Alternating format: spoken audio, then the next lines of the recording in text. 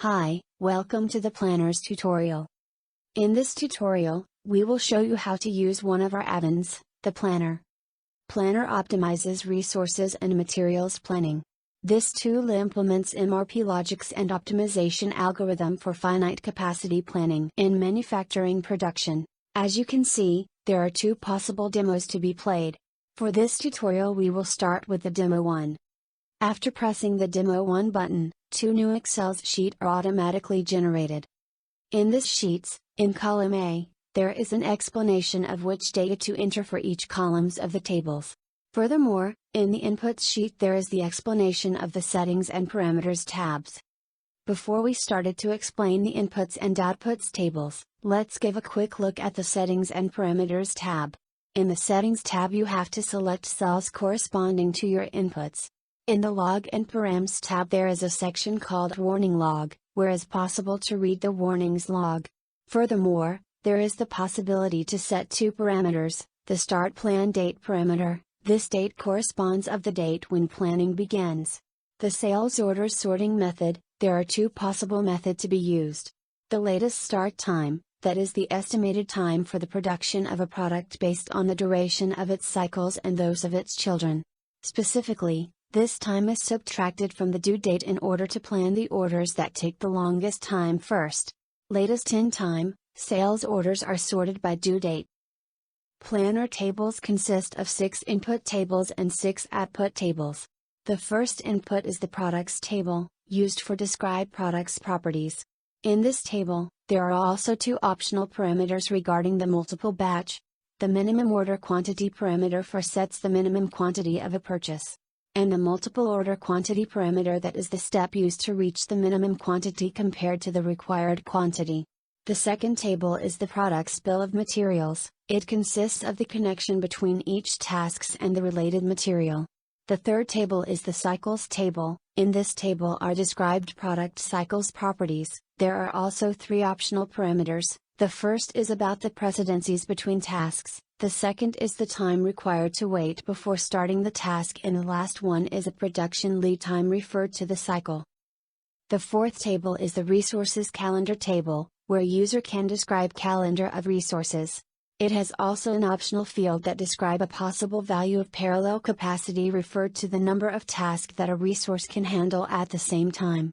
In conclusion, there are 2 tables related to the orders, in particular about supply orders and sales orders properties. For each one there are also 3 optional fields, the first called Ignore Material Capacity, that is a flag that, when is true, material is not checked and supposed infinite for that order. Then there is a Latest flag that, when true, allows the algorithm to plan at latest. Lastly, the Anticipable flag that, when true, report the possibility for that specific order to be anticipated, so that another order is created which has as quantity a part of the quantity of the previous order, and then the previous order quantity is corrected.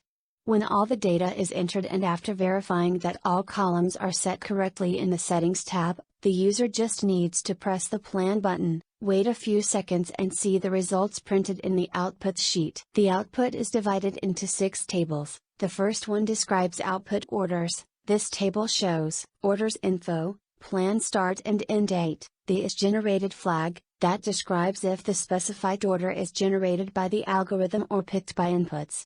An important field of this table is the log. For each order this field gives crucial details about planning, for example, critical resources, or materials, or if an order generates another order for the missing of a related product, and latest, if an order has an overflow quantity of resource capacity for a date in a specified resource. The second table describes planning of tasks with them specific information, a start and end date.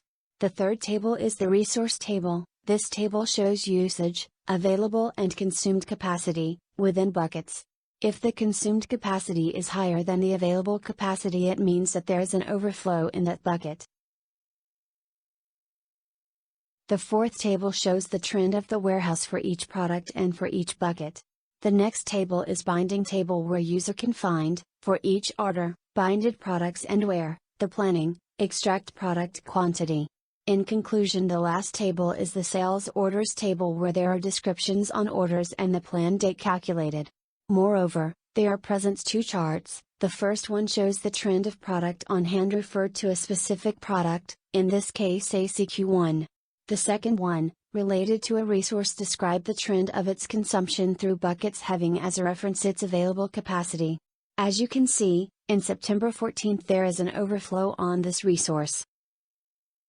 Regarding the multiple batch, as we can see in the quantity column in the output orders table, the quantity of the secondary products ACQ1 and ACQ2 when used for generated orders can be of two types, equal to the minimum quantity specified in the input table, in this case 100 for both, or a value that is, starting from the minimum order quantity value, a step multiple of the multiple order quantity value.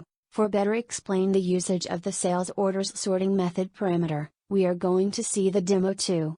If we use the latest in-time method, the sales orders are sorted by the due date.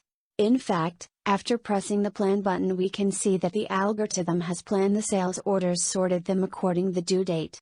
For the latest start time method, instead, we will keep the same data in the input tables and just change the parameter in the log and params tab. In this demo we have a product, P2, that is child of P1 and P3, but we have just 20 pieces of P2 as initial on hand that will be used just for first order planned, in this case for one between P1 and P3. About the product cycles, we have that P3 has a production lead time set to 240 hours for each task, so all of its tasks takes 240 hours. Now let's take a look of the sales orders table. As we can see, SA1 of product P1 is scheduled for September 12th instead SA3 of P3 is scheduled for July 20th. Looking at the output table we notice that P3 is planned before P1. This is because although P1 has a lower due date than P3, P3 takes more days to be produced. This calculates the maximum start date using the due date and the duration of the cycles necessary for production, not to plan the late order and low on that to plan the orders.